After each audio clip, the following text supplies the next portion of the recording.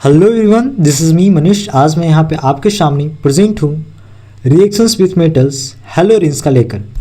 मतलब कि यहाँ पे जो भी रिएक्शंस होगी उसमें मेटल्स इन्वॉल्व होगी और यहाँ पे हेलोरिन्स जरूर होगी। ठीक है, तो चलिए छोटा सा पार्ट्स है रिएक्शंस विथ मेटल्स, इतना सा ही है। उसके बाद फिर आपका ये जो चैप्टर्स है रिएक्शंस वाली पार्ट्स है वो ख़त्म हो जाएगी। ठीक है, तो बिना देरी किए हुए हम लोग चीज़ों को पढ़ते हैं और स्टार्ट करते हैं। तो देखिए रिएक्शंस विथ मेटल्स हेलोल्किन का पढ़े थे हम लोग, थोड़ा सा याद दिला देते हैं कुछ। तो उसमें क्या पढ़े थे, वुर्ज रिएक्शंस पढ़े थे। वुर्ज रिएक्शंस क्या था, तो वुर्ज रिएक्शंस कुछ नहीं था, 2RX होना चाहिए इन द प्रेजेंस ऑफ Na। तो 2Na होना चाहिए, ये N है, M नहीं समझिएगा। ठीक है, और इसको हटा दीजिए और इसको आपस में जोड़ दीजिए। मतलब कि बेसिकली ऐसे नहीं था, वो बेसिकली ऐसे था कि एक RX इधर है प्लस Na 2Na बेसिकली, फिर प्लस XR है। मतलब कि इसको ऐसे करके लिख लिए अपना कन्वेंस के लिए, मतलब कि अपना सुविधाजनक के लिए। ठीक है, फिर इसको बीच से तोड़ दिए, फिर इसको बीच से तोड़ दिए, ये वाली पार्ट और ये वाली पार्ट,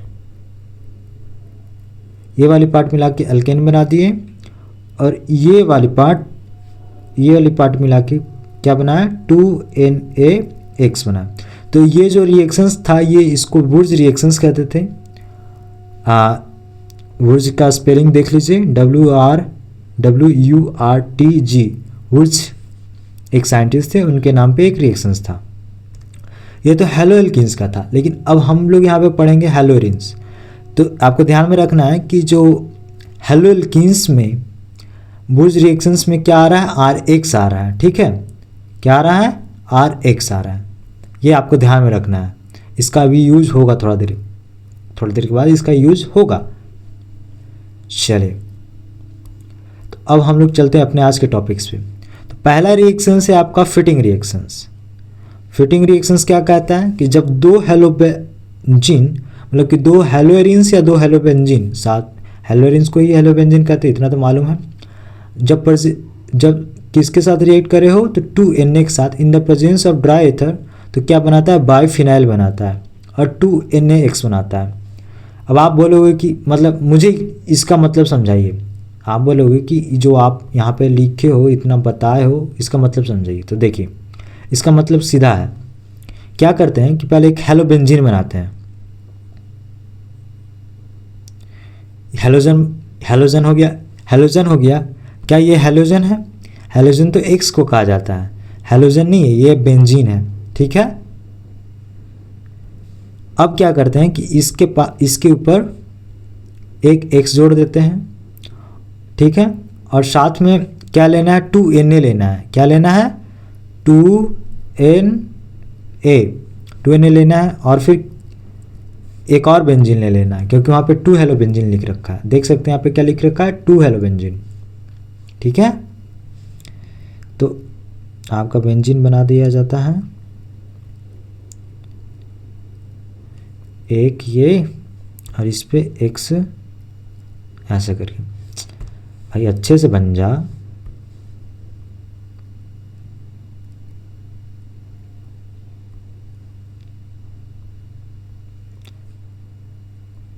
आप बोलोगे कि ये वाली जो X थी वो आप यहाँ लिए, यहाँ क्यों नहीं लिए? अरे देखो, इसको यहाँ लो या फिर यहाँ लो, कहीं भी लो, बात तो बराबर है।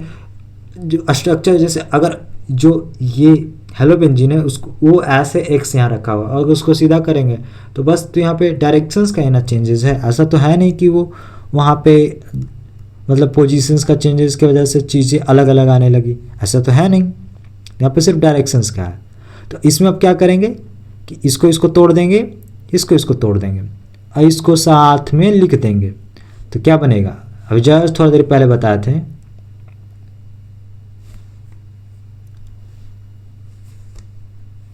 एक सेकेंड, थोड़ा सा, 2NaX बन गया और साथ में क्या बन रहा है, तो एक बेंजीन रिंग ये और उसके साथ में एक बगल वाला बेंजीन रिंग ये बन गया। और ये क्या कहलाता है, तो ये स्ट्रक्चर कहलाता है बाईफिनाइल। ये स्ट्रक्चर क्या कहलाता है, बाईफिनाइल कहलाता है। ठीक है, तो वही चीज़ें यहाँ पे बनी हैं। क्या किए, इसका एक हटाए और इसका एक हटा दिए और ये तीनों को आपस में जोड़ दिए तो 2NX बन गया, और जो बच गया उसको फिर आपस में जोड़ दिए तो ये जो स्ट्रक्चर बन गया वो बाईफिनाइल हो गया। ठीक है, तो ये है आपका फिटिंग रिएक्शंस। अब थोड़ा सा इसको ना रिलेट करके देख पढ़िए। क्या रिलेट करके पढ़ना है कि वुड्स रिएक्शन में क्या था, वुड्स रिएक्शन में क्या था, यहाँ पे RX आ रहा था और यहाँ पे R की जगह क्या है, AR है। AR को बेंजीन भी कहा जाता है, एरोमेटिक भी कहा जाता है ना। तो जो ये जो रिंग्स है ना, ये बेंजीन वाला है ना, उसको AR से भी डिनोट करा जा सकता है। तो यहाँ पे R की जगह सिर्फ क्या लिया गया, AR लिया गया है। ठीक है, तो R मतलब वुड्स रिएक्शंस और फिटिंग रिएक्शन में मतलब AR होना चाहिए, ये आपको ध्यान में रखना है। फिर से एक बार मैं बता देता हूँ कि आपको ध्यान में रखना है। फिटिंग रिएक्शंस, फिटिंग रिएक्शन मतलब क्या है, आपको ध्यान में रखना है कि यहाँ पे AR के साथ X आएगा तो वो फिटिंग रिएक्शंस वाला होगा, और R के साथ अगर X आएगा तो वहाँ पे वुड्स रिएक्शन वाला होगा। ठीक है, कौन सा वाला होगा, तो वुड्स रिएक्शंस वाला। अब क्या करता है ना कि ये दोनों आपस में मिला के, ये दोनों साइंटिस्ट आपस में मिला के बोलते हैं कि भाई तू बनाया बाईफिनाइल पे, तू बनाया फिनाइल वाले पे, तू बनाया हेलोबेंजीन वाले पे, और एक बना रहा है हेलोल्कीन वाले पे, क्यों ना साथ में मिलाते, साथ में मिलके बनाते एक रिएक्शंस जिसमें दोनों हो। तो अब दोनों हो, कैसे हो दोनों, तो वो चलिए देखते हैं। तो अगला आपका जो रिएक्शंस है वुड्स फिटिंग रिएक्शंस, मतलब कि इसमें वुड्स भी आ जा रहा है और फिटिंग भी आ जा रहा है।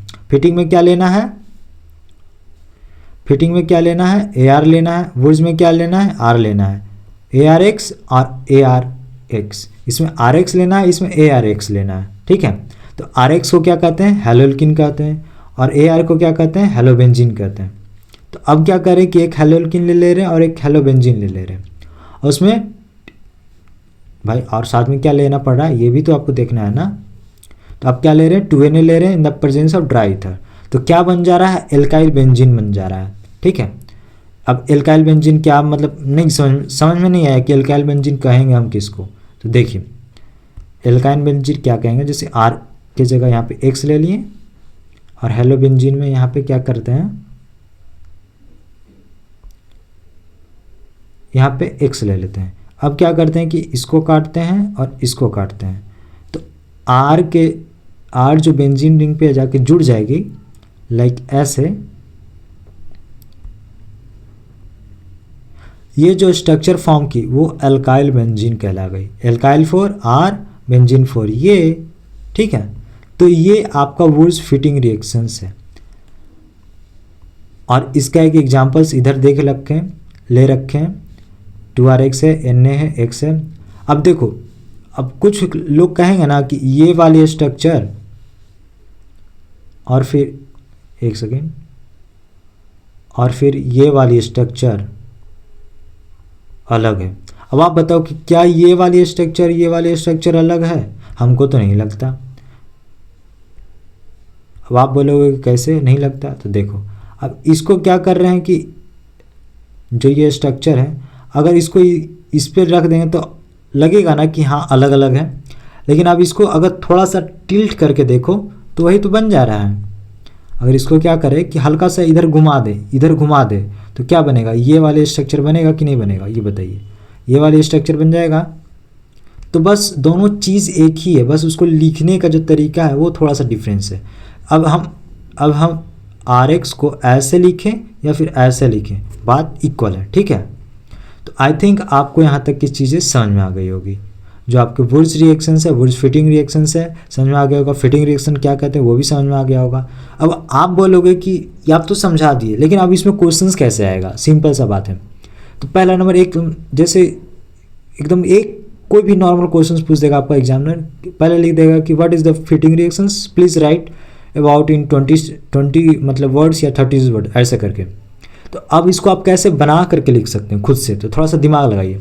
ऐसे लिखिएगा कि when 2 halobenzene is reacted with 2 sodium, ऐसे नहीं कहेंगे, 2 नहीं लिखना है हमको, क्या लिखना है, जो टू है ये नहीं लिखना है, यहाँ पे भी टू नहीं लिखना है, हमको सीधे ऐसे लिखना है कि when a halobenzene is reacted with sodium in the presence of dry ether it will form biphenyl and sodium halide.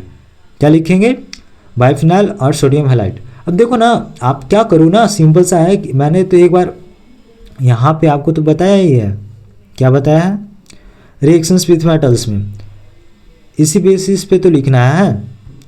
यहाँ पे तो मैंने बताया था कि जो हेलोल्किन्स में कैसा फॉर्म करना है, तो यहाँ पे बेन haloalkane is reacted with sodium in the presence of क्या, dry ether it will form alkane and 2NaX। तो यहाँ पे हेलोल्किन की जगह क्या लिख देंगे, हेलोरिन, और फिर सोडियम वही है, प्रेजेंस ऑफ ड्राई ईथर वही है, ether it will form alkane की जगह क्या लिख देंगे, बाइफिनाइल।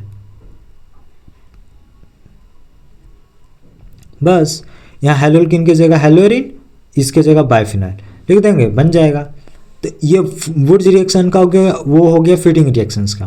वो आप बोलोगे कि वुर्ज फिटिंग रिएक्शंस का क्या लिखेंगे, तो वुर्ज फिटिंग रिएक्शंस का लिखने का सबसे आसान तरीका क्या है, आपको कुछ नहीं लिखना है, आपको ऐसे लिखना है कि when a haloalkane and halobenzene is reacted with sodium in the presence of dry ether it will form alkyl benzenes and 2NaX 2 sodium halogen लिख दोगे। तो वहाँ पे आपको चीज़ें मतलब आपके जो भी मतलब एग्जाम में क्वेश्चंस पूछ रखे होंगे वो आप उसका आंसर ऐसे दे दोगे तो आपको मार्क्स दे देंगे। पहला रिएक्शंस तो ये हो गया, पहला वे हो गया, ये ऐसे आपका एग्जाम में क्वेश्चंस पूछ सकता है।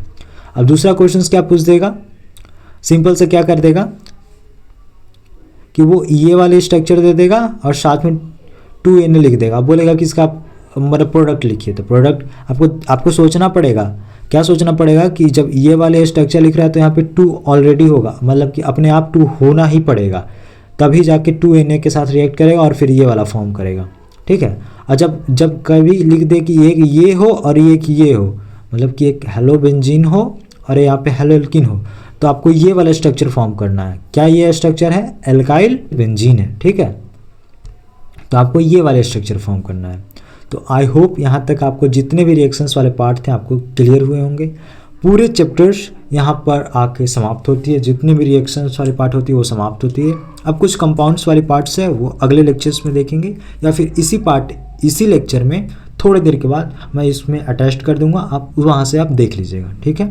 तो कैसा लगा हो वीडियो हमें प्लीज़ बताइएगा, एंड प्लीज़ आप अच्छे से जो अगले पार्ट है उसको देखिए। तब तक के लिए थैंक यू।